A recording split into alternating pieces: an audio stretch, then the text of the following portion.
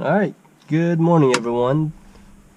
This is the infamous ID4 Motion S2000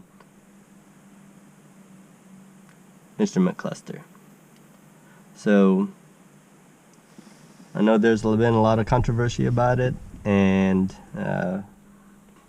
folks felt like the company didn't deliver on what they had promised and had to quickly go back and incorporate the body controls into their cluster. But all I can say is that the company's been pretty supportive about or responsive rather with all the questions that I had, and I think they did a pretty good job with the product. So as you can see, it is installed. I used the instructions from Cube's dash removal PDF, and I actually went ahead and ordered, if you can see here, their LED panels. Of course you can't see it now with the lights off. I have to close the lights, close the garage door, which I can do that real quick so you can see it better.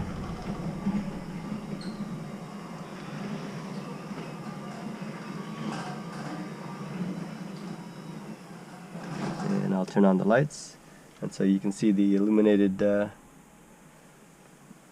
controls. So kind of completes the look, but as you can see, it's a very clear display. Now let me open the garage back up and start the engine so that I don't suffocate myself when I fire it up. Installation wasn't too bad. I had, as they said in their video, the ID4 Motion, you do have to grind away the interior part of the dash so that the screen will clear. And I had a Dremel, and I was able to do that. It wasn't too difficult. And once that was cleared out of the way, really the hardest part was taking the bezel off. And so if you can remove the steering wheel, I would recommend that, because that just gives you a lot of clearance, so you don't have to pry the bezel around so much and risk possibly breaking something. Alright, let me go ahead and fire it up, and you guys can see how responsive the dash is.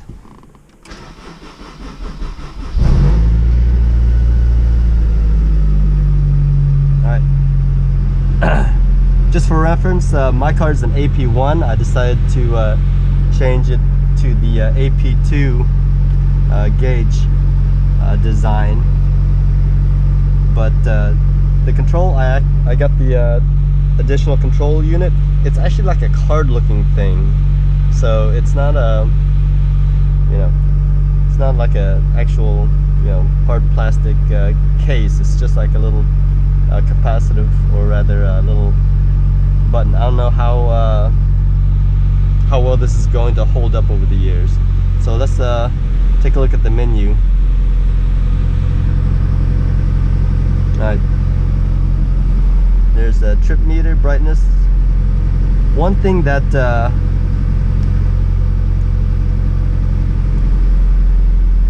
I'm kind of concerned about is that the odometer reading is no longer accurate.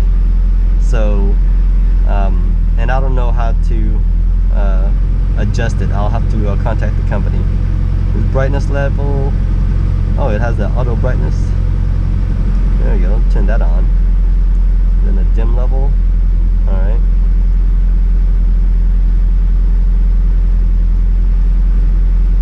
Alright, so here's the infamous themes here. Right? So let's go with this one for now. And then the layout.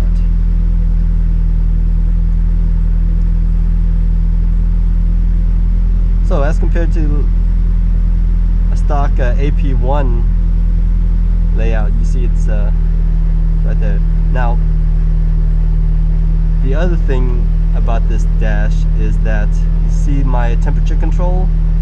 That is, I haven't done the wiring splice that they instructed, because I'm not so sure if I want to permanently do another splice. My engine is not overheating. You can see there it's just fine. So that's just one of those things that you'll have to be aware of. You'll have to modify in order for it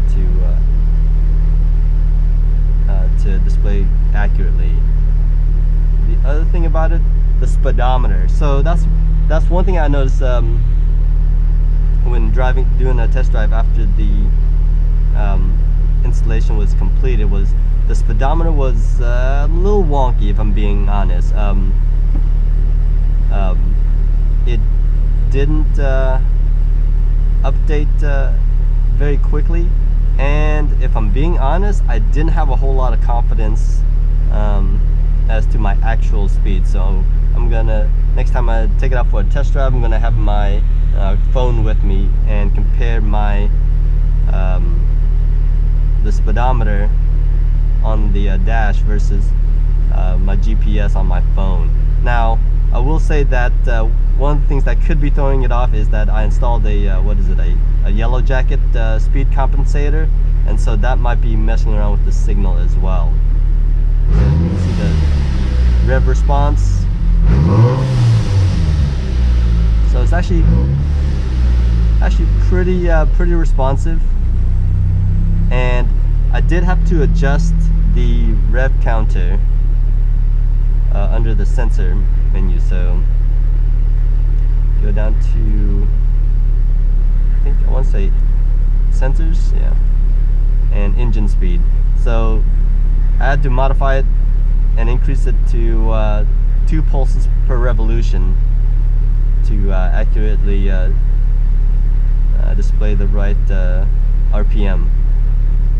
The coolant temp. So if you don't do the wiring modifications, the stock coolant temperature will not be the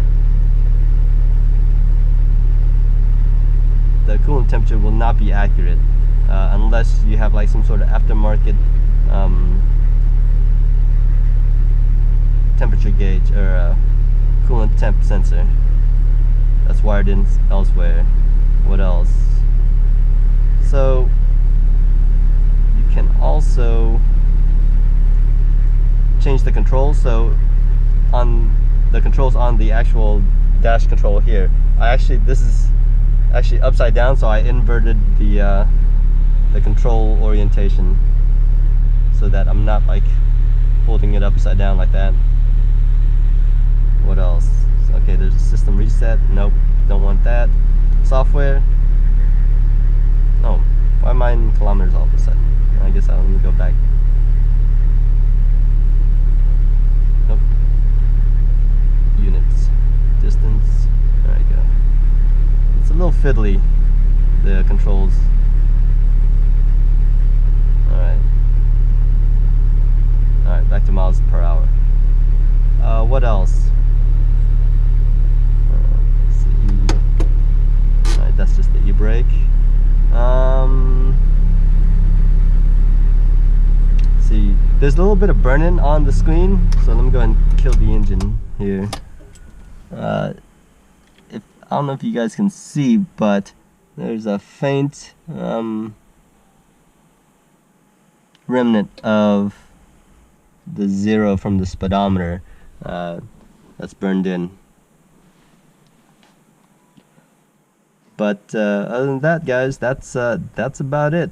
I think this will be a really good product. It'll actually, think, pretty unique.